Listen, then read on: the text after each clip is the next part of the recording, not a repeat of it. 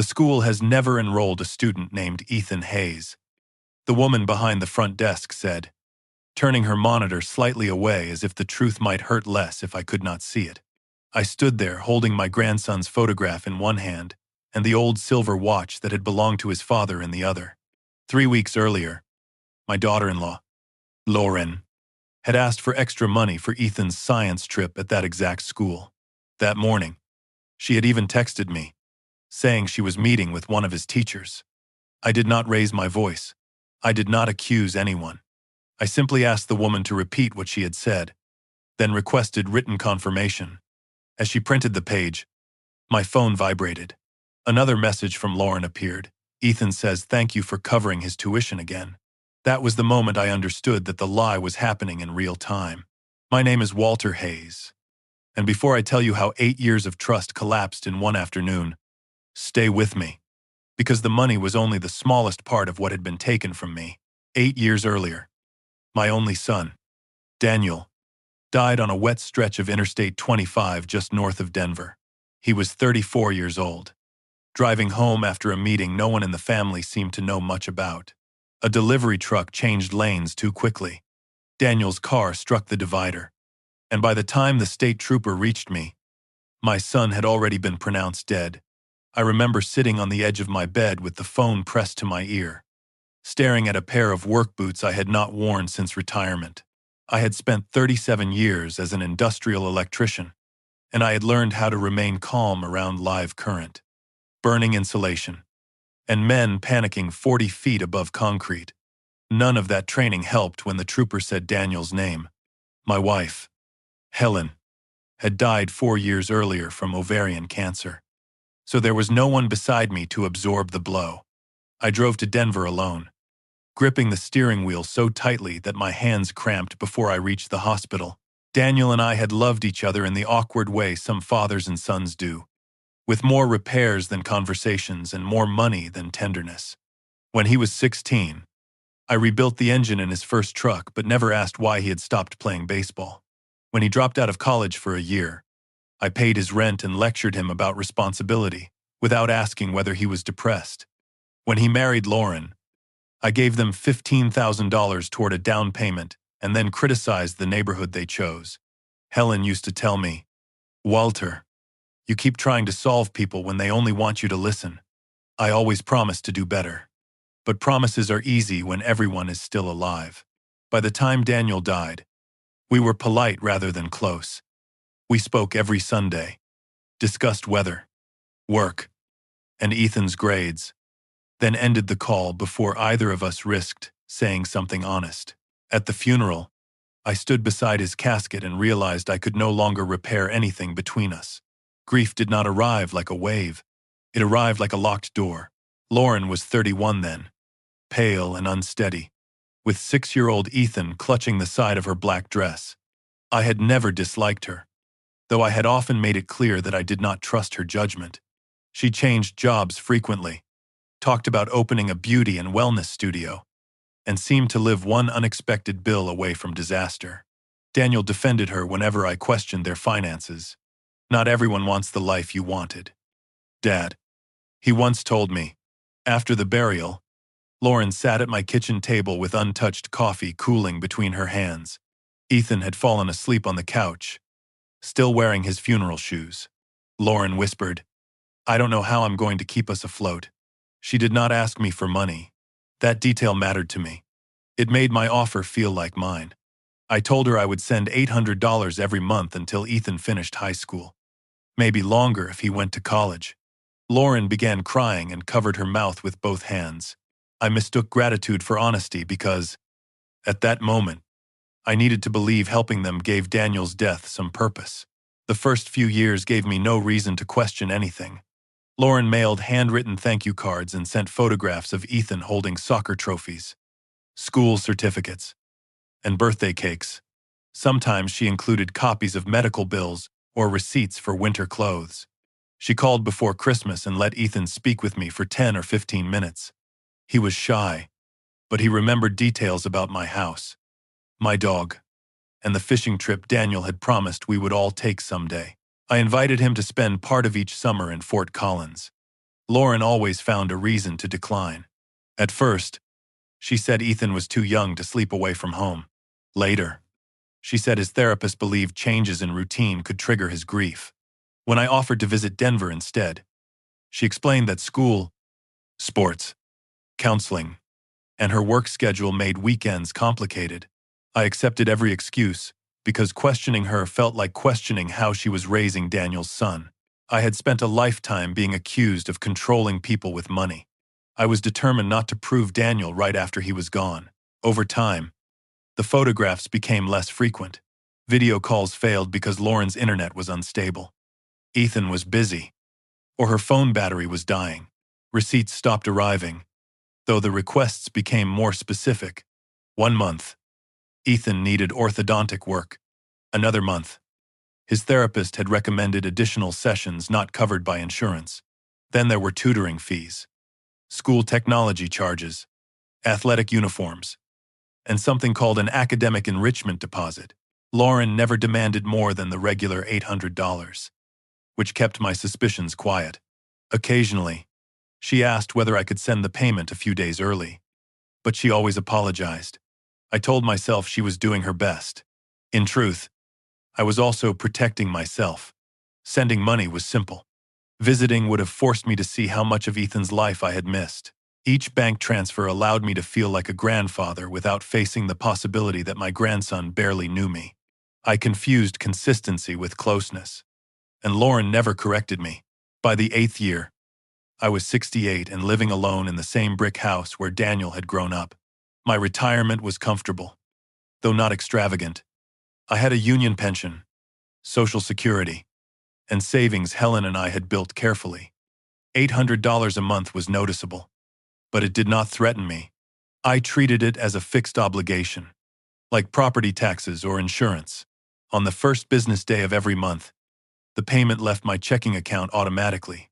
I rarely looked at the memo line anymore. It simply read, "For Ethan." That spring, Lauren told me Ethan had been accepted into an advanced science program at Ridgeway Preparatory Academy in Denver. She sent a photograph of him wearing a navy jacket outside a brick building and said the program was helping him regain confidence. When she mentioned a science trip requiring an additional $600, I transferred it without hesitation. I even joked that perhaps Ethan had inherited Daniel's talent for taking apart electronics. Lauren replied with a heart symbol and wrote, "He talks about you more than you realize." I read that sentence several times because I wanted it to be true. A month later, several men from the old power plant invited me to a retirement luncheon in Denver. I had not planned to attend, but the restaurant was only 15 minutes from Ridgeway Preparatory Academy. Ethan's 14th birthday was approaching, and I had decided to give him Daniel's watch. It was not expensive, but Daniel had worn it during his apprenticeship, and on the day Ethan was born. I called Lauren 2 days before the trip and suggested meeting for dinner. She sounded distracted and said Ethan had tutoring until late. "Maybe next time," she told me. "He's going through a sensitive phase." I nearly accepted that answer. Then I looked at the watch on my dresser and thought about how many next times had disappeared over 8 years. I decided I would stop by the school office, leave the gift, and ask them to give it to him after class. It was not meant to be an ambush. I did not even expect to see Lauren. I wanted Ethan to know his grandfather had remembered his birthday without sending money. Ridgeway Preparatory Academy occupied a renovated brick building near a row of expensive townhouses. The school's name was engraved on a stone sign surrounded by trimmed hedges. Everything looked exactly like the background in Lauren's photograph. I entered through locked glass doors, showed my driver's license, and explained that I wanted to leave a birthday gift for my grandson. The receptionist, a woman named Maribel, asked for Ethan's grade and date of birth. She typed, paused, then asked me to spell his last name. I did. She searched again. Could he be registered under another surname, she asked. I told her no. Daniel's name was on Ethan's birth certificate, and Lauren had always used Hayes. Maribel called another administrator, who checked a second database. Their quiet voices and careful expressions made my stomach tighten. After several minutes, Maribel returned and said the sentence that divided my life into before and after. Ethan Hayes had never attended Ridgeway. He had never been accepted into its science program. There was no upcoming trip matching the description Lauren had given me. I took out my phone and showed Maribel the photograph of Ethan outside the building. She studied it and pointed to a seasonal banner hanging beside the entrance. "That picture wasn't taken recently," she said. "We used that banner 3 years ago." She remembered Lauren because she had visited the admissions office around that time and taken an application packet, but she never submitted it. My hands felt cold. Though the office was warm, I asked for written confirmation that Ethan had no enrollment record. Maribel hesitated because of privacy rules, then gave me a signed note confirming only that the school could not verify him as a current or former student. While the printer ran, Lauren's text arrived about the tuition payment. I read it twice, then opened the photograph attached to her message. Ethan stood beside a school sign, smiling stiffly in the same navy jacket. The image looked recent until I enlarged it. The jacket had a torn cuff I remembered from a Christmas photo taken when he was 11. Lauren had sent me a 3-year-old picture and described it as "that morning." I walked outside, sat in my truck, and called Lauren. She did not answer. I called again. This time, the call went directly to voicemail. I considered leaving a message demanding an explanation. But years around industrial accidents had taught me that the first reaction is rarely the useful one. When equipment fails, you do not grab the nearest wire. You shut down the system, identify the source, and document everything. I saved screenshots of every message from that morning. Then I searched the address Lauren had used on her Christmas cards and bank forms. It was an apartment building 12 minutes away. I drove there without telling her. A directory in the lobby listed her unit on the 4th floor. When I asked a man collecting mail whether a teenage boy lived there, he frowned and said he had lived across the hall from Lauren for almost 2 years. "She lives alone," he told me. "Sometimes a kid visits, but not often. Maybe a nephew." His answer hurt more than the school records because it removed the possibility of a simple administrative mistake. As I turned to leave, I noticed a glossy poster mounted near the elevators. Lauren stood beside a younger blonde woman beneath the words Mercer and Lane Beauty Collective. The poster advertised skin treatments, private consultations, and a grand reopening at a downtown studio. Under Lauren's photograph, the caption read, "Co-founder and operations director." I remembered every conversation in which she had described herself as struggling to keep part-time jobs while raising Ethan alone. I remembered paying for school supplies while she apparently owned part of a business.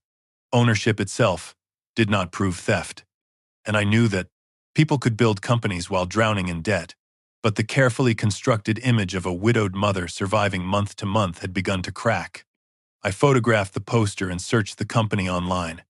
The studio had professional branding, expensive equipment, and glowing social media posts dating back 4 years. One post showed Lauren raising a champagne glass at an anniversary celebration on the same weekend. She had canceled my visit because Ethan was supposedly suffering a severe grief episode. I drove back toward Fort Collins but pulled into a rest area before leaving Denver. My automatic monthly payment had processed that morning. The banking notification showed another $800 transferred to Lauren with the familiar memo, "For Ethan." I stared at the total in my transaction history and calculated what I had avoided calculating for years. 96 monthly payments equaled $76,800, not including birthday gifts, emergency transfers, and the extra $600 for the science trip that did not exist. I still did not know whether Ethan had benefited from any of it. I did not know where he lived, where he attended school, or whether he believed I had forgotten him. Anger came, but beneath it was something worse, shame. Lauren could not have maintained the lie alone. She had needed my willingness not to look too closely. I had made regular payments and called that love. I had accepted old photographs and broken video calls because they demanded less from me than showing up. Before returning to the highway, I opened the contact list on my phone and found an old number saved under Ethan's name. Lauren had told me the number had been disconnected 2 years earlier after he lost the phone. I had never deleted it. I pressed call, expecting an automated message. The line rang 4 times. Then an older woman answered. Her voice was cautious. "Hello," I introduced myself and asked whether Ethan was there. Silence followed, long enough that I thought the call had dropped. Finally, the woman said, "Walter, I recognized her then. It was Susan Mercer, Lauren's mother, whom I had not spoken to since Daniel's funeral." I asked again where Ethan was. Susan exhaled slowly, and when she spoke, her voice trembled with confusion rather than surprise. "He's at school," she said. "He'll be home around 4. I gripped the phone harder and asked what she meant by home. Another silence passed.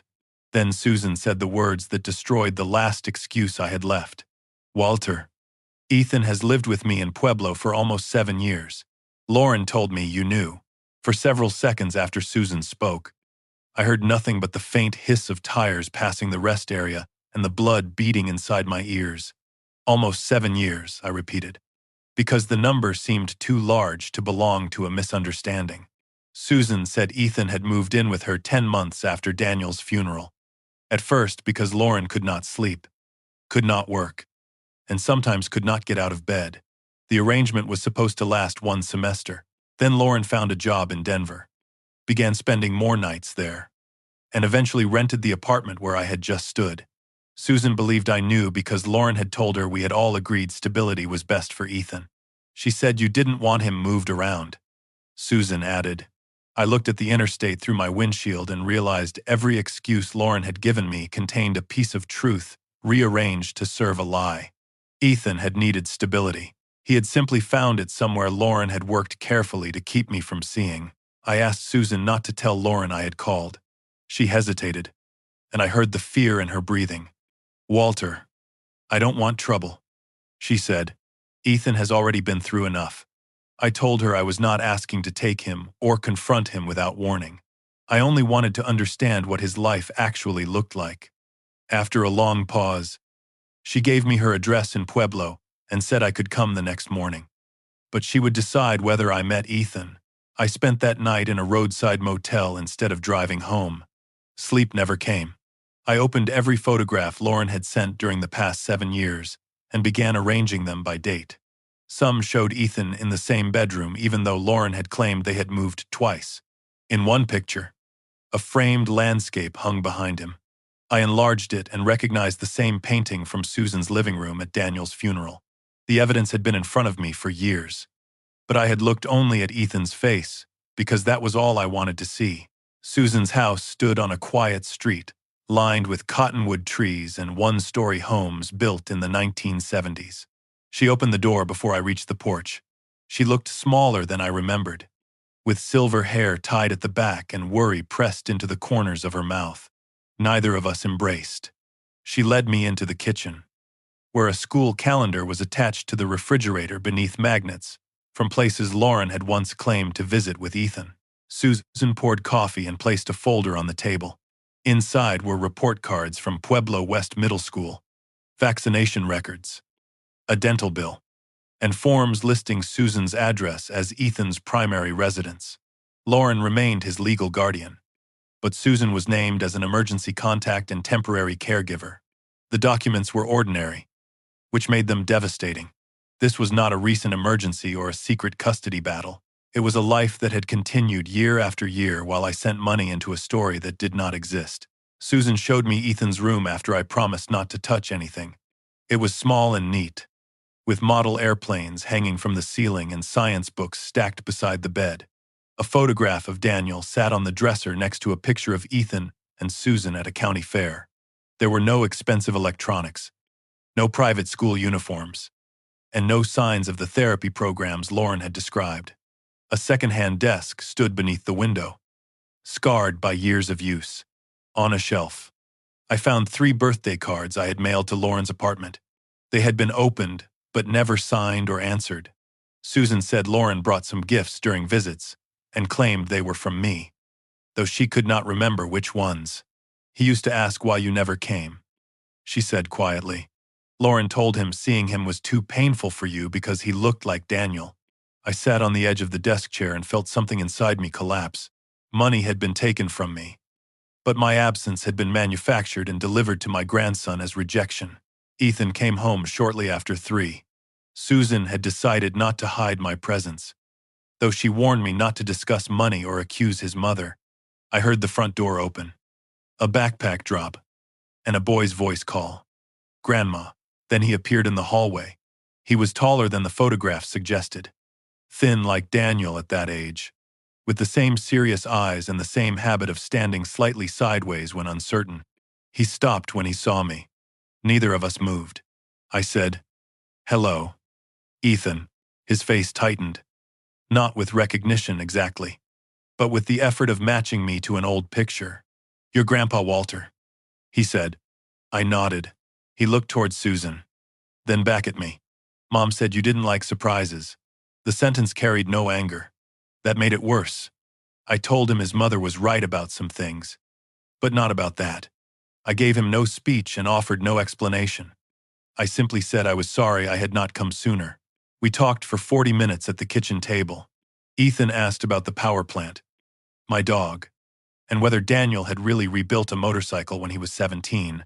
I learned Ethan liked robotics, hated basketball, and had never attended Ridgeway Preparatory Academy. He had visited the campus once with Lauren, who took several pictures outside after an information session. He knew nothing about an advanced science program or a trip requiring $600. When I mentioned Denver, he said he stayed at Lauren's apartment sometimes, usually one weekend every few months. He spoke carefully, as if he had learned that adults became uncomfortable when facts did not match their stories. Before I left, he asked whether I would come back. I wanted to promise every weekend for the rest of his childhood. Instead, I said, "Yes, but I'll arrange it with your grandmother so nobody feels ambushed." He nodded, and for the first time, some of the tension left his shoulders. I called Lauren from my truck after driving 2 blocks away. She answered on the third ring with a bright voice that vanished when I said I was in Pueblo. "You had no right to go there," she said. I told her I had every right to ask where my grandson lived, after supporting what she repeatedly described as his household. She began speaking quickly, explaining that Ethan's move had been temporary, then emotionally necessary, then legally complicated. Each version contradicted the last. When I asked why she told me he attended Ridgeway, she said I had misunderstood. When I read her exact message about tuition and the science trip, she accused me of twisting private conversations. "You always do this," she said. "You turn help into ownership."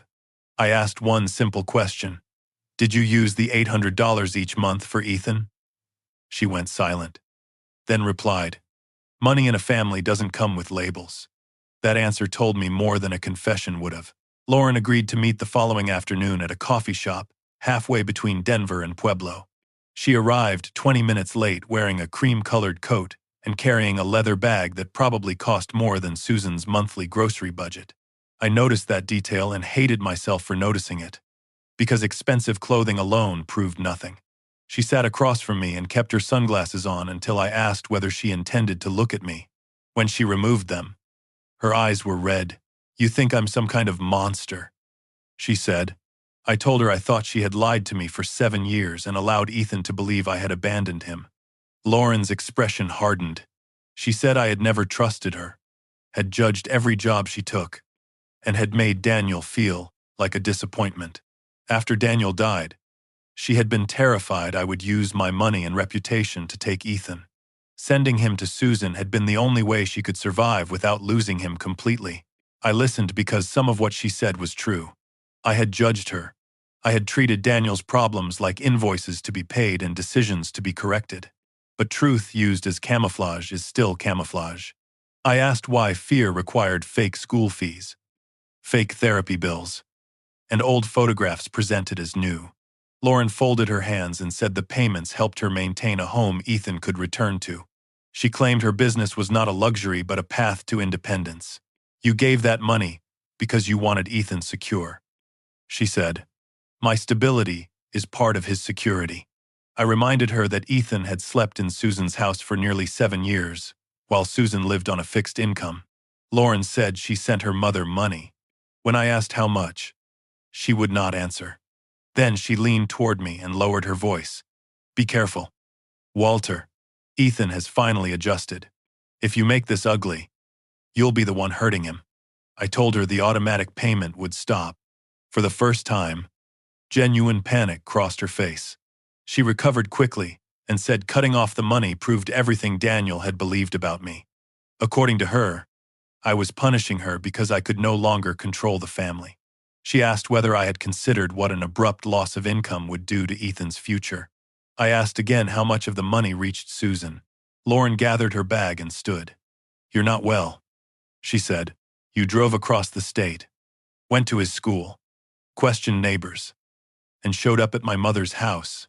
That is not normal behavior." She mentioned the heart rhythm problem I had been treated for 2 years earlier, and suggested grief might be affecting my judgment. The implication was clear. If I reacted loudly, followed her, or threatened legal action without preparation, she would portray me as an unstable old man frightening a widow and her child. I remained seated and said, "Then you should have no problem showing me the records." Lauren walked out without answering. I sat in the coffee shop until my hands stopped shaking, then drove home and began doing what I should have done years earlier. I downloaded 96 months of bank statements, saved every message, and created a timeline. Patterns emerged quickly. In March, 3 years earlier, Lauren said Ethan needed additional trauma counseling. In the same month, she said he required a non-refundable school technology fee. 2 weeks later, she asked me to send the regular payment early because of orthodontic expenses. The following year, nearly identical explanations appeared again. I checked dates against the photographs Susan had shown me and discovered Ethan had been covered by her health plan during several of those periods. I could not prove where my money went, but I could prove the explanations were inconsistent. More troubling, Lauren often thanked me for paying bills that Susan had already paid directly. This was no longer a vague dispute about family finances. It was a repeated system built on my reluctance to ask questions. The social consequences arrived before I finished organizing the evidence. Daniel's cousin, Robert, called and said Lauren had told the family I was threatening to take Ethan and destroy her business. Robert reminded me that grief affected people differently and said I should not punish a widow for accepting help I had freely offered. An old family friend left a voicemail, urging me to let the past rest.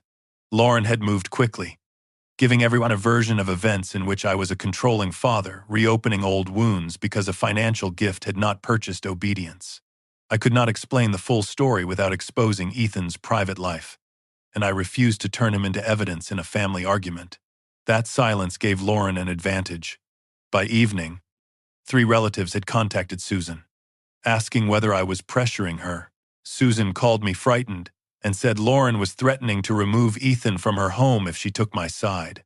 The lie was no longer protecting Lauren's image. It had become a weapon pointed at anyone who might contradict her.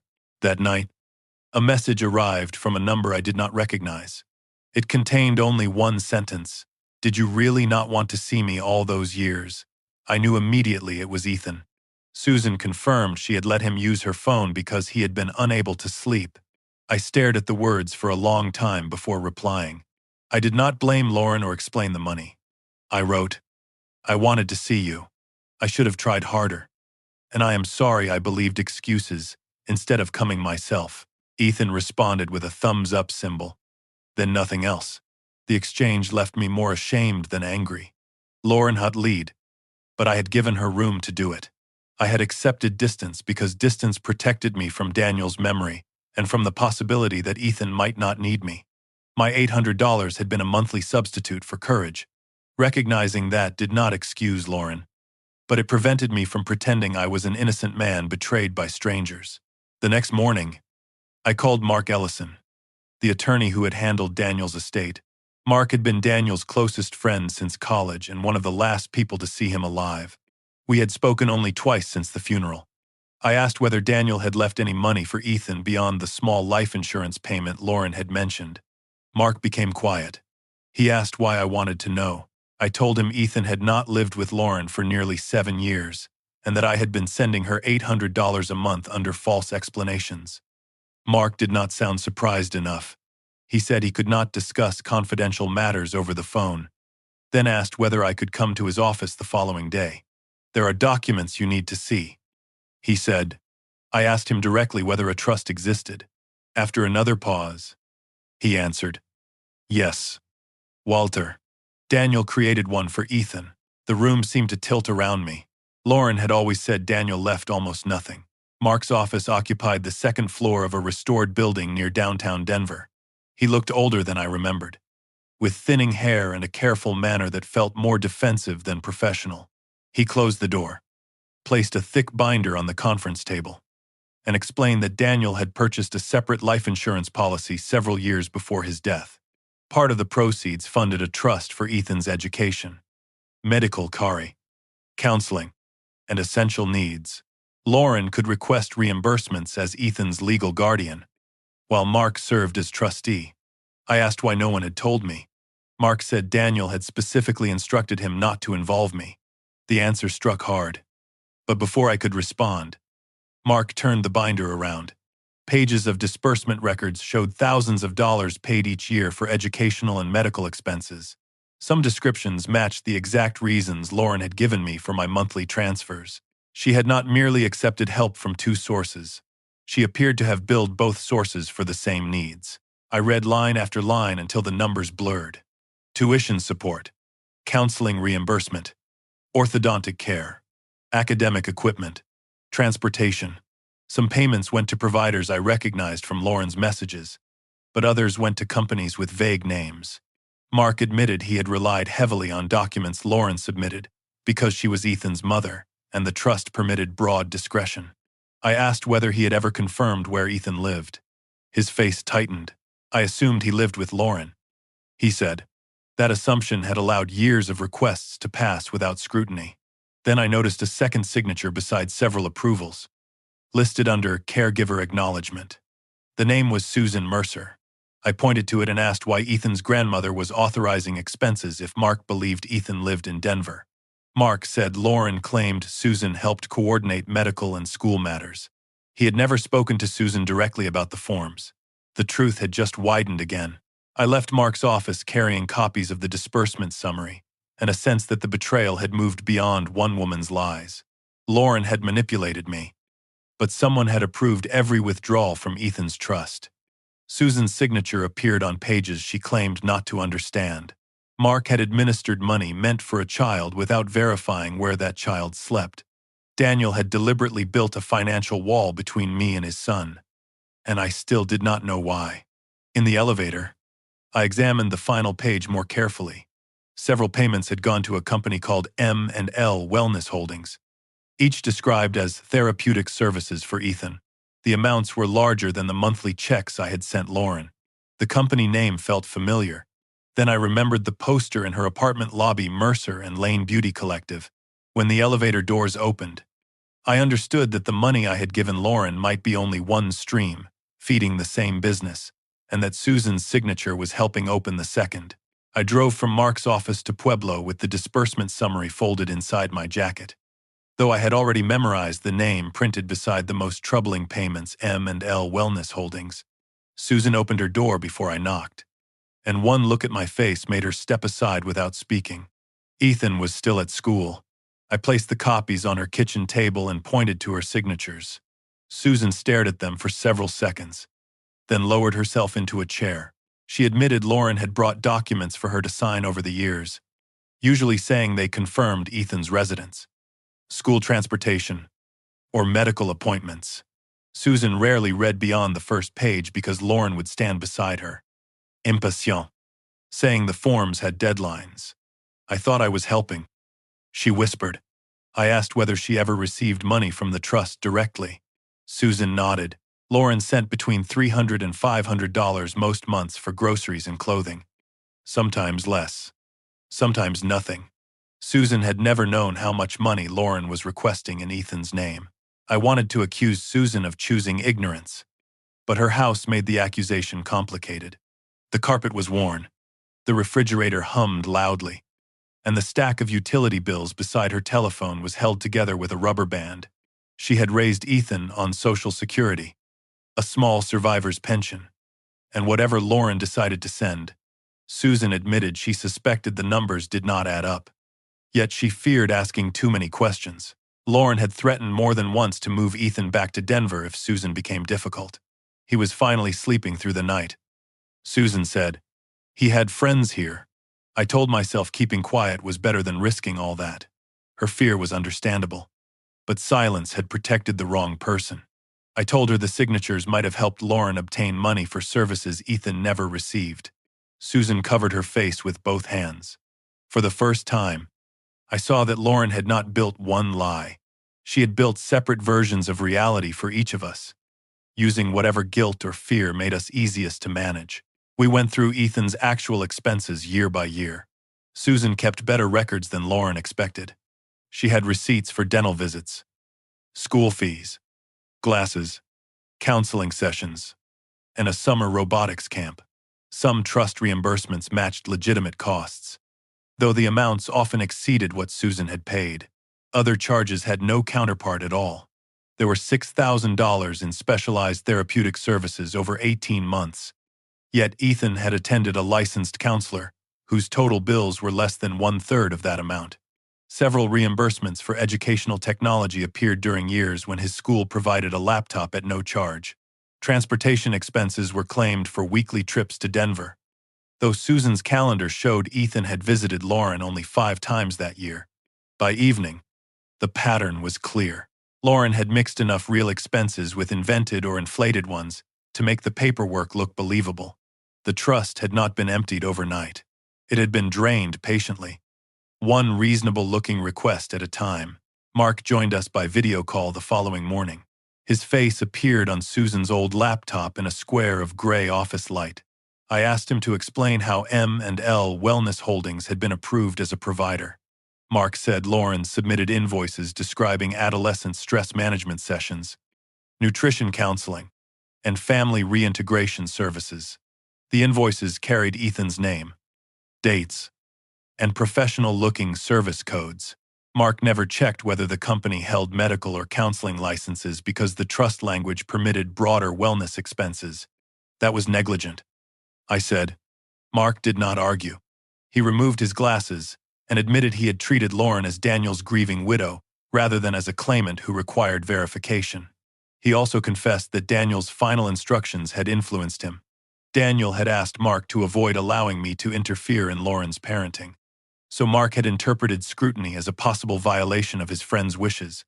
That explanation angered me because it turned Daniel's distrust into a shield for carelessness. I told Mark protecting a child's trust required more than honoring the dead. It required checking what happened to the living. I searched Colorado business records that afternoon and found M&L Wellness Holdings, registered 4 years earlier by Lauren Hayes in Page Lane. The company owned the lease, equipment, and operating accounts for Mercer and Lane Beauty Collective. There was no clinical license attached to the business, no registered therapist, and no evidence it provided treatment to minors. The invoices paid by Ethan's trust were not misunderstandings about shared household costs. They had been issued by Lauren's own company. I printed the registration records and laid them beside the trust statements. Susan recognized the address as the downtown studio Lauren often described as her second chance. Lauren had transformed money meant for Daniel's son into capital for the life she built away from him. Yet even then, I resisted the simple story in which she had been planning fraud from the day of the funeral. People rarely begin with the worst version of themselves. More often, they take one frightened step, discover no one stops them, and continue until turning back feels more dangerous than going forward. Mark asked me to meet privately again because there was something he had withheld during our first conversation. When I arrived, he placed a printed email on the table rather than another financial document. The sender was Daniel. The date was 2 days before the accident. I recognized my son's blunt writing style immediately. Daniel told Mark that his marriage was deteriorating and that he had begun considering separation. He was worried Lauren's spending had become erratic, but he also feared I would use the situation to dominate custody decisions. One line struck me harder than everything Lauren had taken. Dad will call it helping. But once his money is involved, everyone has to live his way. Daniel instructed Mark to keep the trust independent of me under all circumstances. He wanted Ethan protected from Lauren's financial instability and from my control. I read that sentence 3 times, hoping repetition might change it. It did not. My son had planned for a future in which both his wife and his father were risks. The email changed the shape of the betrayal. Daniel had not died believing I was the safe person who would rescue his family. He had died building a barrier against me. Mark explained that Daniel had visited his office on the morning of the accident to sign an amendment strengthening the trust and to ask about legal separation. He had not filed anything, and there was no evidence Lauren knew about the meeting before Daniel died. After the funeral, Mark informed her about the trust and Daniel's concerns because she remained Ethan's legal guardian. According to Mark, Lauren broke down when she learned Daniel had been preparing for separation. She said she had lost her husband and discovered in the same week that he had been planning to leave. Mark believed her grief and shame explained her early instability. For nearly a year, most trust requests were legitimate. The questionable payments began later. After Lauren moved to Denver and started planning the studio, the lie had grown in stages, exactly as fear often does. I left Mark's office and drove to the cemetery where Daniel was buried beside Helen. I had not visited in months. The grass around his stone was dry at the edges, and someone had left a small model airplane near his name. I sat on the ground despite the cold and read the email again. My first impulse was to defend myself to a man who could no longer answer. I wanted to list every bill I had paid, every emergency I had solved, every time I had shown up with tools when Daniel needed repairs. Then Helen's old warning returned to me. I kept solving people instead of listening. Daniel had not feared that I would abandon Ethan. He had feared that my help would come with instructions, judgments, and ownership. I had called that responsibility. He had experienced it as control. Lauren's deception remained wrong, but Daniel's distrust had not appeared from nowhere. The truth did not divide neatly into guilty and innocent. It placed all of us inside the damage. That evening, I reviewed my messages with Lauren from the weeks after Daniel's death. Her earliest requests were hesitant and specific. She had sent copies of funeral costs, a therapy bill, and a past due utility notice. Months later, the explanations became broader. By the second year, she rarely provided records. By the fourth, she spoke of my monthly transfer as something expected. I began to understand how the arrangement had shifted. Lauren first accepted money because she was overwhelmed. Then she concealed Ethan's move because she feared I would judge her or seek custody. Once I continued paying without verification, the concealment became useful. When the studio needed capital, she persuaded herself that building a business would eventually benefit Ethan. Each step could be defended alone. Together, they formed 8 years of fraud and emotional manipulation. Understanding her path did not excuse it. It simply showed me that revenge based only on humiliation would solve nothing. If I wanted to protect Ethan, I needed to stop reacting as the man Daniel had feared. Mark recommended immediately freezing all discretionary trust payments and filing a civil action. I refused to move until we knew what Lauren would do when pressure appeared. A sudden legal attack might cause her to take Ethan from Susan, destroy records, or portray us as conspiring against her. Instead, I asked Mark to suspend only reimbursements that lacked licensed providers or direct proof of benefit to Ethan. Necessary school and medical payments would continue through direct billing. Mark agreed and sent formal notice that future requests required documentation. I canceled my next automatic $800 transfer but said nothing to Lauren. The payment was scheduled to leave in 4 days. I wanted to observe whether she reacted as a mother worried about Ethan's needs or as a business owner missing expected cash. It was not a dramatic trap. It was simply the first time in 8 years that the system would stop feeding her automatically. Lauren called less than an hour after the bank notification showed the transfer had been canceled. She did not ask about Ethan's school, food, or medical care. She asked why I had pulled the money without warning. I told her I was reviewing my finances. She said the timing was impossible because the studio faced a loan payment and a vendor deadline. When I reminded her the money was supposedly for Ethan, she corrected herself too quickly. Everything I earn is for him, eventually, she said. I remained quiet. People often fill silence with truths they had not planned to reveal. Lauren continued, explaining that she had relied on my family commitment when structuring her monthly obligations. Then she softened her voice and said Daniel would have wanted me to help her remain independent. I told her I might consider one final contribution if it created something permanent for Ethan, rather than disappearing into expenses. Her tone changed immediately. She asked what I had in mind. I proposed investing enough for Lauren to buy out part of Paige's interest in the studio. On the condition that Ethan eventually receive ownership, I said I would need a written business plan showing the company's debts, income, ownership, and the source of previous capital. Lauren sounded relieved, almost cheerful. She said she had always wanted me to see the studio as Daniel's legacy. The phrase was shameless, but I let it pass. Over the next 3 days, she sent spreadsheets, projections, and a formal investment proposal. The document described my $800 per month as stable family capital used to support Lauren's entrepreneurial development. It did not mention tuition, therapy, orthodontics, or any of the reasons she had given me.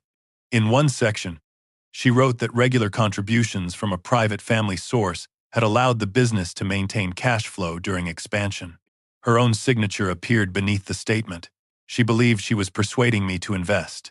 Instead, she had documented that the money was never treated as support for Ethan. Mark's notice suspending questionable trust reimbursements reached Lauren the same day. Her attorney called Mark, accusing him of violating his fiduciary duties and acting under my influence. Lauren then sent me a message saying Ethan's counseling and educational support were being endangered because I had turned Mark against her. I forwarded the message to Susan, who confirmed Ethan's counselor had already been paid directly, and his public school charged no tuition. The claim was another attempt to place Ethan between us. Still, the pressure worried me. Lauren's business proposal gave us evidence, but she now knew the trust was under scrutiny. I asked Susan to be prepared for an unexpected visit. Susan said Ethan had a robotics competition that weekend and seemed anxious because Lauren had called him twice, asking whether he had spoken to me about adult matters. I told Susan not to question him. Ethan had already spent too many years carrying information between frightened adults. The next afternoon, Susan called while I was repairing a fence in my backyard. Her voice was barely understandable. Lauren had arrived in Pueblo with no warning and demanded that Ethan pack his clothes. As his legal mother, she said she was taking him back to Denver permanently. Susan tried to delay her, but Lauren threatened to call police and accuse her of custodial interference. I drove south while Rebecca Sloan, a family law attorney recommended by Mark, spoke to me through the truck's hands-free system. Rebecca warned that Susan's informal caregiving arrangement did not give her authority to prevent Lauren from taking her son. Unless there was immediate danger or a court order, police would likely support the legal parent. Do not block her car. Rebecca said, do not threaten her. Document everything. The instructions were sensible, yet every mile felt like I was driving toward another loss I had helped create. I reached Susan's house as Lauren carried Ethan's duffel bag to her SUV. Ethan stood on the porch, pale and rigid. I stopped at the sidewalk and kept my hands visible. Lauren saw me and smiled without warmth. This is exactly why he can't stay here, she said. You're all turning him against me. I told her no one was trying to take her place as his mother. She replied that I had frozen his money and manipulated Mark because I could not tolerate being excluded. Ethan looked from her to me, and I saw the same trapped expression Daniel used to wear when Lauren and I argued across him. I understood then that any attempt to win the moment would make Ethan the prize in another contest. I stepped back. Ethan, I said, you haven't done anything wrong. Lauren ordered him into the vehicle. He obeyed, pressing his forehead against the window as she drove away. That night, Rebecca called with worse news. Lauren had filed for a temporary civil protection order, alleging that I had followed her to Denver, appeared at Ethan's school, questioned her neighbors, confronted Susan, interfered with the trust, and threatened to cut off all family support unless she surrendered control of Ethan. She included my angry message saying I would not let her take another dollar from the family. The court had not yet granted a long-term order, but a hearing was scheduled in 10 days. Until then, Rebecca advised me to avoid all direct contact. If Lauren succeeded, I could be legally restricted from seeing Ethan and publicly characterized as an unstable grandfather using money to intimidate a widow. The evidence we had gathered might expose her finances, but Daniel's email could still make her story believable. For the first time since Ridgeway Academy, I wondered whether my investigation had done more harm than good. Near midnight, I opened the investment proposal again and stared at Lauren's signature. We had proof she treated my payments as business capital. We had trust records, false invoices, school documents, and Susan's testimony. But Lauren still possessed the one form of leverage stronger than money: she controlled access to Ethan. I called Rebecca and told her I wanted to stop thinking like a wounded father and start thinking like the electrician I had once been. When a live system becomes dangerous, you do not strike it. You isolate the current and let the fault reveal itself. I would not accuse Lauren publicly yet. I would make her believe I was retreating. I would offer the final investment she wanted, ask her to explain every source of money in her own words, and give her enough confidence to stop hiding. Rebecca agreed it could work if every communication went through counsel and any meeting was properly recorded. Before we ended the call, Rebecca warned me that a trap built from money might reinforce Daniel's accusation that I used finances to control people. She was right. I told her the difference would be what happened after the truth emerged. I did not want Lauren's studio, her apartment, or her humiliation. I wanted independent control of Ethan's trust and a relationship with my grandson that no monthly payment could purchase. That was when I finally understood the real choice in front of me. I could spend the rest of my life proving Lauren was worse than I was, or I could become the man Daniel had not believed I could be. I chose the second, though it offered no guarantee of victory. The next morning, through Rebecca, I sent Lauren a message saying I was willing to withdraw the audit request and discuss funding the studio provided we held one recorded meeting about Ethan's future. Lauren accepted within 12 minutes. The meeting took place 6 days before the protection order hearing, with both attorneys present and every participant informed that the session would be recorded. Rebecca sat beside me in her conference room in Fort Collins, while Lauren appeared from a polished office inside the studio. Her attorney occupied a chair just outside the camera's center.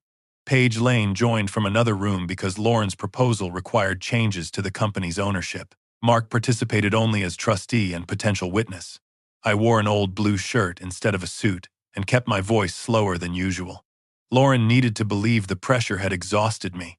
Rebecca opened by saying I was prepared to consider withdrawing my request for a full trust audit if the family could reach a transparent agreement. Lauren's shoulders relaxed. "That's all I've wanted," she said, "for Walter to stop treating me like a criminal and think about what Ethan needs." I looked into the camera and replied, "Then let's begin with where Ethan actually lives." Lauren's attorney immediately objected that the question was irrelevant to a business investment. Rebecca answered that any agreement involving money intended for Ethan required accurate information about his care.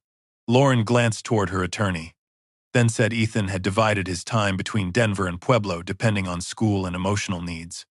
I asked how many nights he had slept at her apartment during the previous 12 months. She accused me of trying to embarrass her. I said I was trying to understand the household I had supported for 8 years. After several minutes of careful evasion, Lauren finally admitted Ethan had spent most of the past 7 years with Susan. "That does not mean I abandoned him," she added. "I remained his mother, made decisions, paid expenses, and built a future he could return to." Rebecca asked whether the $800 I sent each month had been required to support Ethan's daily living expenses. Lauren answered, "It supported the structure around his life." The phrase sounded rehearsed, but it was also broad enough to hold almost any use of money. I placed no accusation on the table. Instead, I asked Lauren to explain why the investment proposal described my payments as stable family capital for the studio. She said the wording had been prepared for business purposes and did not capture the emotional reality. Paige leaned closer to her screen. "What regular family capital?" she asked. Lauren paused. "Until that moment." Paige apparently believed the studio's early cash flow came from Lauren's savings and a small inheritance. Lauren told her the monthly amount was private support from Daniel's family.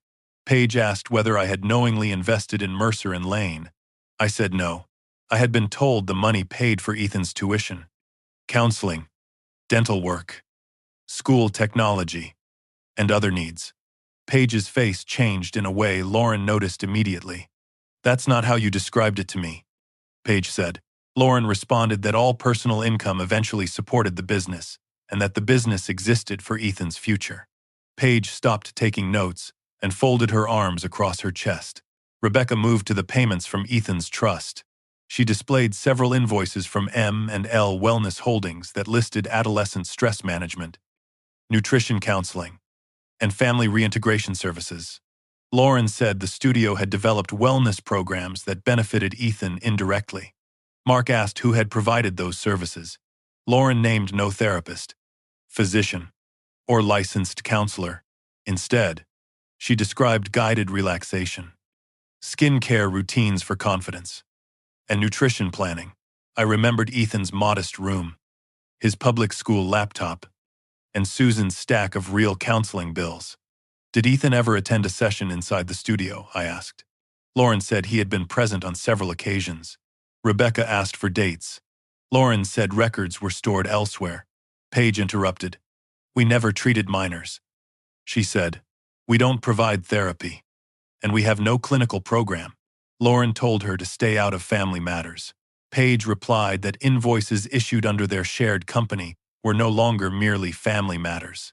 The first fracture in Lauren's control had opened, where she valued it most inside the business she had built, to prove she needed no one.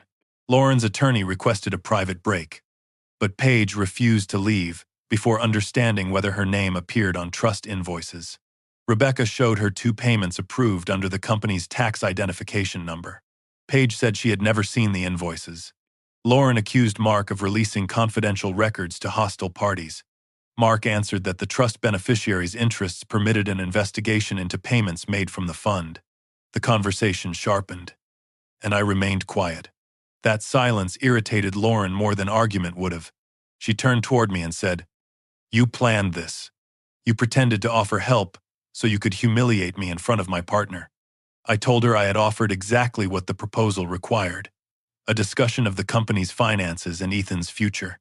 The humiliation, I said, comes from the numbers, not from me. Rebecca placed a hand near my notes, reminding me not to push further. The goal was not to win the meeting. It was to let Lauren explain herself without the protection of carefully written messages. For the next 20 minutes, Lauren attempted to rebuild her story. She said Daniel's death had left her with medical debt, business ambitions she had postponed, and a child who could not tolerate her grief. Sending Ethan to Susan had been an act of protection. Creating the studio had been an act of survival. Using family support to keep it operating had been a way to create long-term security. She described each decision as necessary and temporary.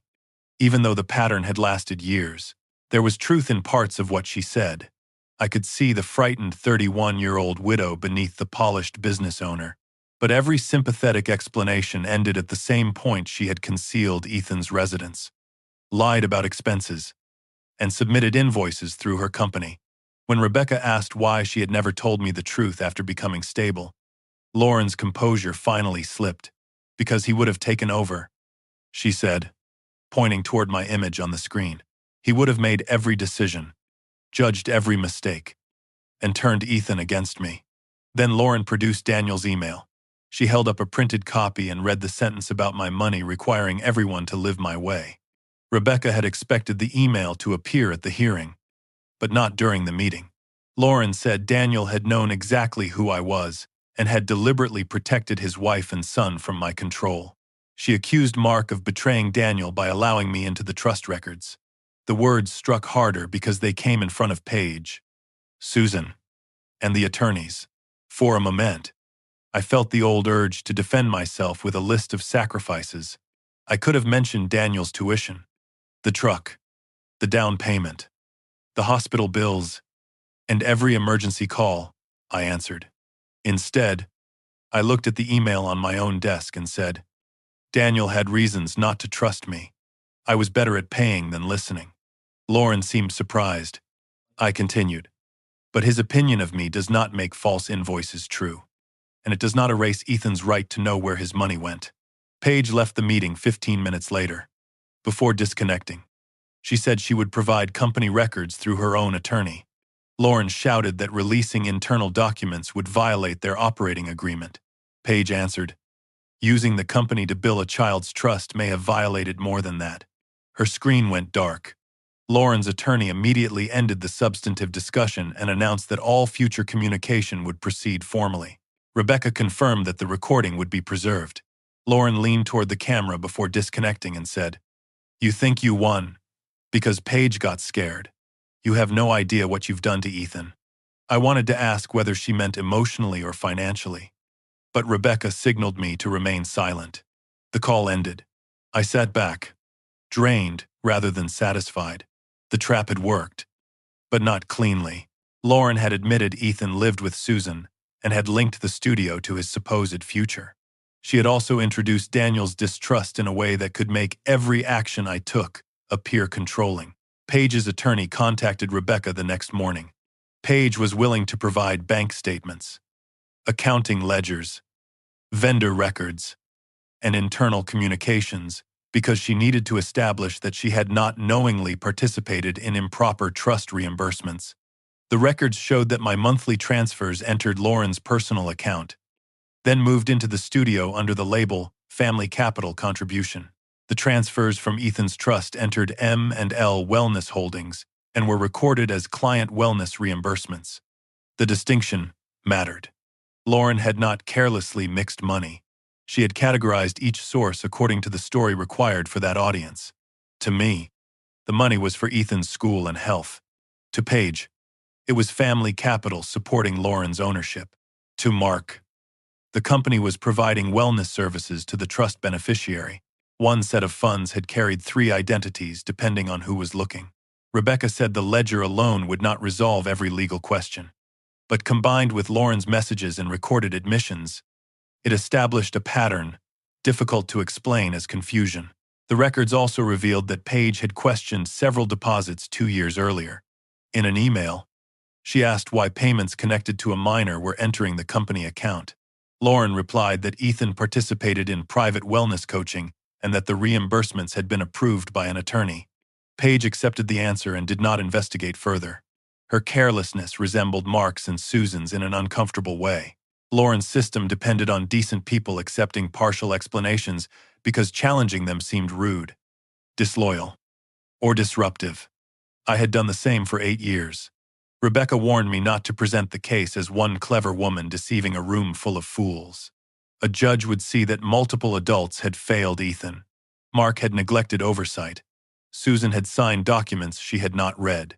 Paige had ignored a warning sign. I had funded a story without verifying it. Lauren remained responsible for the lies, but our silence had been the structure supporting them. Susan agreed to testify about Ethan's residence, though doing so terrified her. Lauren called her twice through an intermediary and warned that public accusations could permanently damage their relationship. Susan nearly withdrew. She told me she had spent years trying to preserve peace between her daughter and grandson. I said preserving peace had become another name for preserving secrecy. Susan cried, then admitted Lauren had sometimes visited only when she needed signatures or wanted photographs of Ethan. Yet Susan still loved her daughter and feared court would destroy whatever remained between them. I told her I did not need her to call Lauren cruel or dishonest. I needed her to describe dates, school routines, expenses, and where Ethan slept. Facts were enough. Susan agreed on one condition: no one would ask Ethan to condemn his mother. Rebecca accepted immediately. Ethan's role, she said, should be limited to his wishes and personal experience, not adult financial accusations. Mark's position became more precarious as the hearing approached. His malpractice insurer advised him to retain separate counsel, and the trust's independent review committee requested his temporary suspension as trustee. He admitted to me that he might lose clients and face professional discipline. Part of me wanted to protect him because he had been Daniel's friend and had finally shared the records. Another part remembered every false invoice he approved without a phone call to the school. Counselor, or caregiver. Mark asked whether I would describe his conduct as a good-faith mistake. I told him I would describe it accurately. He trusted Lauren, allowed Daniel's private fears to influence his judgment, and failed to verify how a child's money was used. He looked wounded, but he nodded. For the first time, I understood that a truthful reckoning could not be designed to punish only the person I disliked most. If Lauren faced consequences, so would the people whose negligence enabled her. including me. Lauren made one final settlement offer through her attorney. She would permit me one supervised visit with Ethan each month and agree to provide quarterly updates about school and health. In exchange, I would withdraw the audit request, stop seeking trust management changes, and sign a statement saying my payments had been voluntary family gifts with no restricted purpose. Rebecca read the offer aloud, then waited.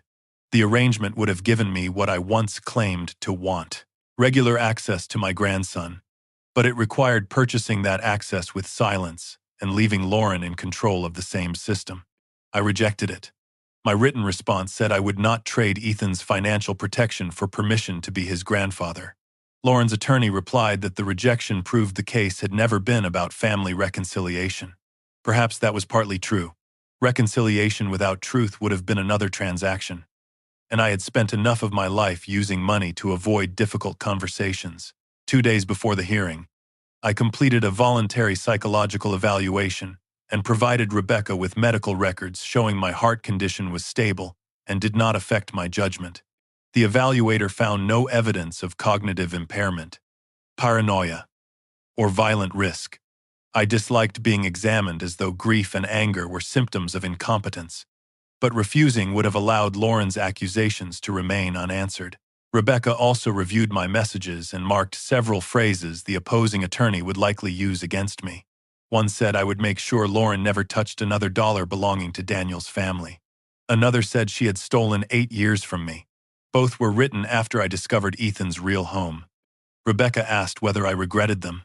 I said I regretted giving Lauren language she could use to frighten Ethan. The anger itself remained honest. At the hearing, she warned, I would need to admit the messages without allowing them to define my conduct. The protection order hearing and the emergency trust review were scheduled for the same morning at the county courthouse in Denver. Lauren arrived with Ethan 15 minutes before proceedings began. She wore a dark blue dress and held his shoulder as they walked through the hallway. Ethan wore a gray suit that looked slightly too large. From a distance, the cut reminded me of the suit Daniel had worn at his college graduation. Lauren had built an image for the court: the grieving widow, the dignified son, and the controlling grandfather trying to break their remaining family. I stayed beside Rebecca and did not approach them. Ethan looked toward me once, then lowered his eyes. On his left wrist was a silver watch nearly identical to Daniel's. My hand moved instinctively to the inside pocket where Daniel's actual watch still rested. I realized Lauren had purchased a copy, perhaps to strengthen the resemblance between father and son. Before the courtroom doors opened, Ethan stepped away from Lauren and approached a court clerk standing near the security desk. He handed her a sealed envelope and said he wanted the judge to read it. Lauren moved quickly, asking what he had written and who had helped him. Ethan said no one. Her attorney tried to retrieve the envelope, but the clerk held it against her file and said the judge would decide whether to accept it. Lauren's face lost color. She accused Susan and me of coaching Ethan, though neither of us had spoken to him since she took him to Denver. Rebecca whispered that we should not react. The bailiff called the case, and everyone began entering the courtroom. Ethan passed close enough for me to see that the watch on his wrist had no engraving on the back. He looked at me for half a second, then at the pocket where I carried his father's real one. Whatever he had written was already in the judge's hands, and Lauren was more frightened of that envelope than of every financial record we had gathered. The judge entered without ceremony. A woman in her early 60s named Margaret Hollis, whose calm expression made every whisper in the courtroom seem childish. She reviewed the temporary protection request first, then the emergency trust petition, explaining that the matters overlapped but involved different legal standards. Lauren sat with Ethan at the opposite table, her hand resting on his shoulder until he gently moved away. Her attorney opened by describing me as a grieving father who had never accepted Daniel's independence and who now used money, private investigators, and legal pressure to invade Lauren's life. He displayed my messages on a screen, emphasizing the line in which I said she would never touch another dollar belonging to Daniel's family. He described my visits to Ridgeway, her apartment building, Susan's house, and Mark's office as escalating behavior. Then he read Daniel's email aloud. Hearing my dead son's judgment spoken in a courtroom felt like being sentenced before the evidence began. When Rebecca stood, she did not call Lauren a thief. She began with what I had done wrong. She told the judge I had relied on money instead of presence, accepted explanations without verification, and reacted angrily when I finally discovered the deception. Then she asked me to testify. I admitted every uncomfortable fact. I said Daniel had reason to believe I could be controlling. I said I had often confused paying for something with earning the right to decide it. I did not deny visiting the school or apartment.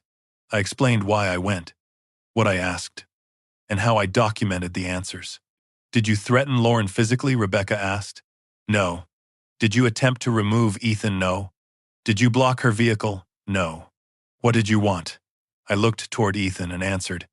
I wanted the lies to stop costing him money, family, and the truth about who loved him. Lauren looked away first. Rebecca introduced the letter from Ridgeway Preparatory Academy, confirming that Ethan had never enrolled there. She paired it with Lauren's message asking for money for tuition and a science trip at that school. Next came the 3-year-old photograph presented as recent. Then Susan testified about Ethan's 7-year residence in Pueblo. She spoke softly but precisely, listing school years, dental visits, robotics competitions, and ordinary routines no fabricated story could imitate.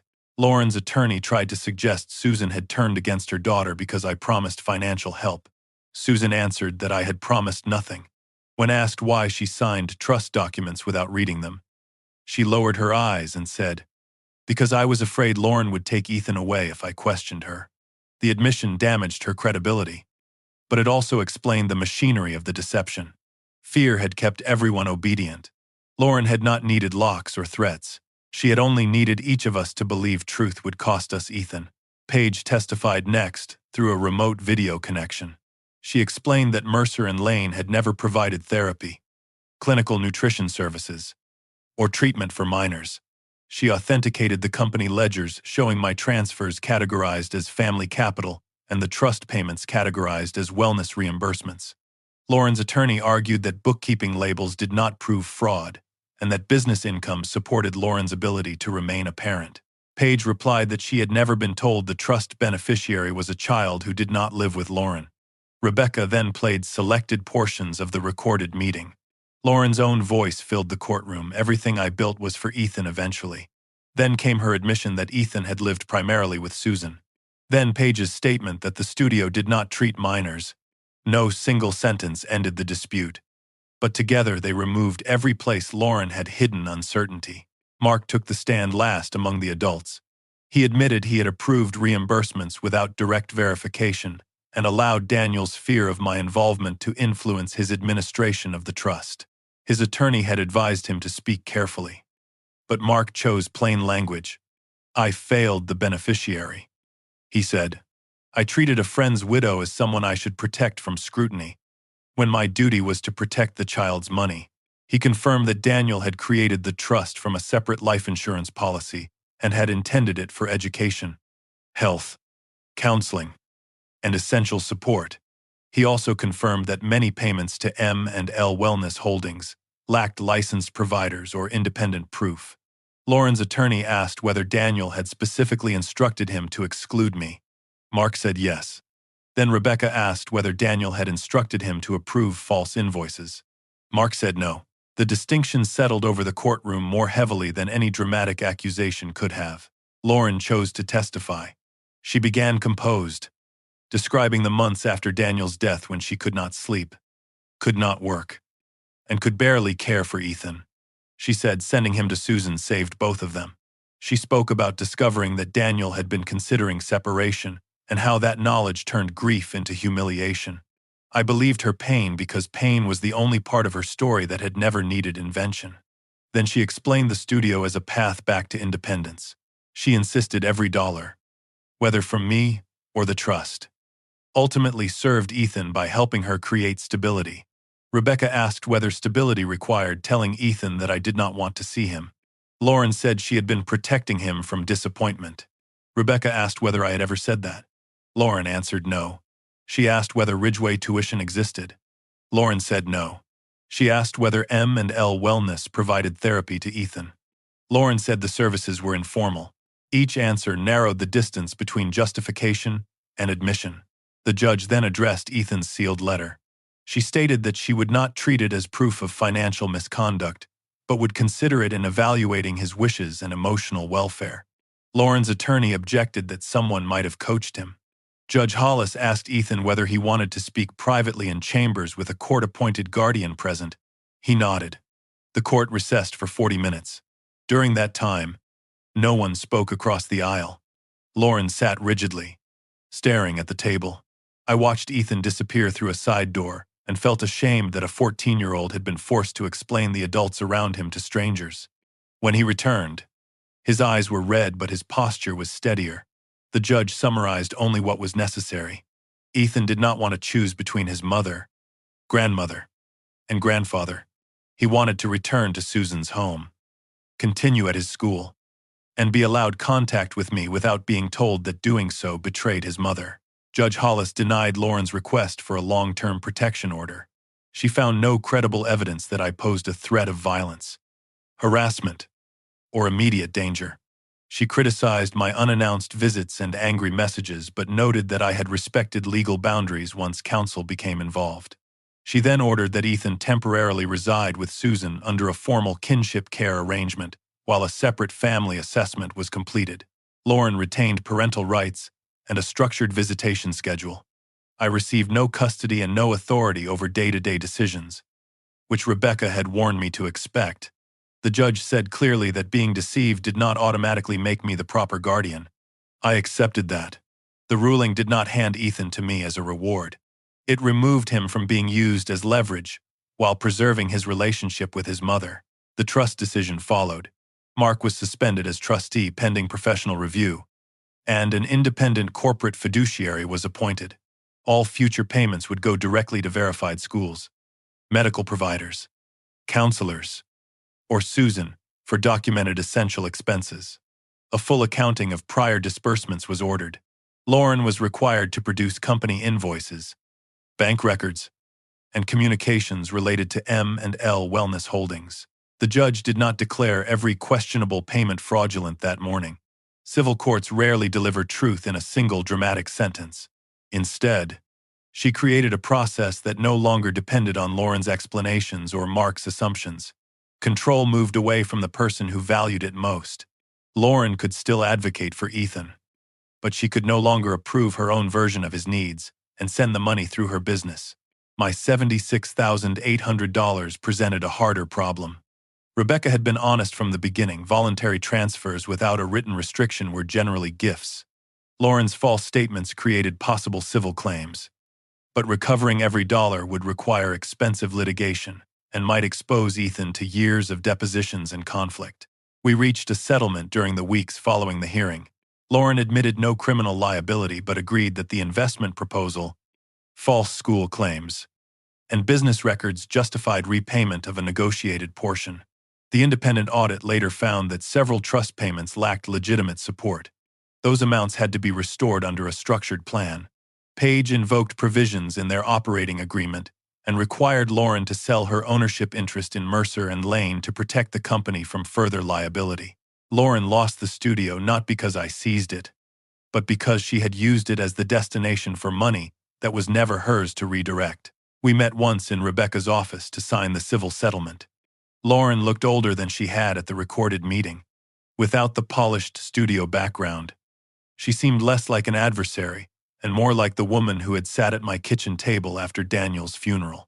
She signed the final page, then asked everyone except me to leave. Rebecca refused until I agreed the door would remain open. Lauren said, "You took the only thing that proved I wasn't a failure." I understood she meant the studio. I told her, "I didn't take it. You put it on Ethan's back and called that love." Her eyes filled, but she did not cry. She said the lie had originally been meant to last only a few months. Each time I sent money without asking questions, telling the truth became more frightening. "You would have judged me," she said. "Yes," I answered, "and you used that fear until it became permission." Then I told her something I had not planned to say. I admitted that I had avoided visiting because I was afraid Ethan might not need me. Or worse, that he might look at me and see the man Daniel no longer trusted. Sending money allowed me to feel useful without risking rejection. Lauren had exploited that weakness, but she had not created it. For the first time, neither of us used Daniel as a witness for our side. We spoke as two flawed people who had loved him and failed his son in different ways. There was no forgiveness that afternoon, no embrace, and no promise to become family again. There was only a boundary. I would not fund her life, hide the truth, or purchase access to Ethan. She would not control what he was allowed to know about my love for him. A week later, I visited Susan's house with Daniel's real watch in my pocket. Ethan sat at the kitchen table repairing a small robot whose left wheel refused to turn. I watched him test the wiring and recognized Daniel's habit of biting the inside of his cheek while concentrating. I placed the watch beside him. He picked it up carefully and turned it over. On the back, Daniel had engraved the date Ethan was born, and the words, "Time is what we give." Helen had chosen the phrase. Ethan asked whether the watch he wore in court had belonged to his father. I told him it was only a similar model Lauren had purchased. He removed it and set it aside without comment. I did not explain why she had bought it. He already understood enough about adults arranging appearances. Ethan asked whether his mother was going to jail. I said no. I explained that she would have to repay money, leave the studio, follow new rules, and work to rebuild trust. He asked whether she was a bad person. I told him that frightened people sometimes repeat a lie until protecting it becomes more important than protecting anyone around them. That doesn't make the lie acceptable. I said, but you don't have to hate her to know it was wrong. He looked relieved, which told me how deeply he had feared being required to choose. Susan brought us sandwiches, and we spent the afternoon repairing the robot. I did not offer advice unless Ethan asked. That small restraint felt harder than writing any check I had ever signed. I permanently canceled the $800 transfer. Instead, I contributed a smaller amount to an education account managed by the independent trustee, with statements available to Ethan when he became old enough. More importantly, I began driving to Pueblo twice a month. Ethan and I started restoring Daniel's old Ford pickup, which had been stored behind Susan's garage under a tarp. The engine was seized. The seats were split, and mice had destroyed part of the wiring. It was the kind of project I once would have taken over completely. This time, I handed Ethan the manual, asked where he wanted to begin, and waited. Sometimes he made mistakes that cost us an afternoon. I let him. We learned more during those mistakes than we would have learned from my instructions. Lauren found work at another salon and began making scheduled repayments. Her visits with Ethan were supervised at first, then gradually expanded. Their relationship remained strained. Some weekends Ethan returned quiet and angry. Other times he carried home food she had cooked or a book she thought he would like. I never questioned him for details. Susan and I attended family counseling sessions when requested. Mark stepped down permanently as trustee and accepted professional discipline for his failures. Paige kept the studio under a new name. Though the partnership she once had with Lauren was gone, no one emerged untouched. That felt fairer than the clean destruction I had imagined during my angriest nights. A year after the hearing, Ethan and I got the Ford running. The engine coughed twice, shuddered, and then settled into a rough idle that filled Susan's driveway with noise and blue smoke. Ethan laughed so hard he had to lean against the fender. I had not heard Daniel's laugh in 8 years, but for 1 second, it returned through his son. I reached for my phone to record the moment, then stopped. Some memories do not need proof. We stood there together, listening to the engine, neither of us talking. The truck still needed brakes, tire, and half a dozen repairs before it could safely leave the driveway. That did not matter. For once, I was not trying to finish everything quickly. I never recovered all the money. I never repaired what Daniel believed about me before he died. Lauren never offered the apology I once thought I needed, and our family never returned to anything resembling normal. But Ethan learned that I had wanted him. Susan no longer had to raise him under threat, and his inheritance could no longer be converted into someone else's ambition. I had spent most of my life believing a man's responsibility was to keep the money flowing, no matter how tired, angry, or distant he became. 8 years of automatic payments taught me otherwise. Sometimes responsibility means stopping the transfer, opening the locked door, and walking into the difficult room yourself. The first costs money. The second costs pride. Only one of them gives a family the chance to know you were truly there.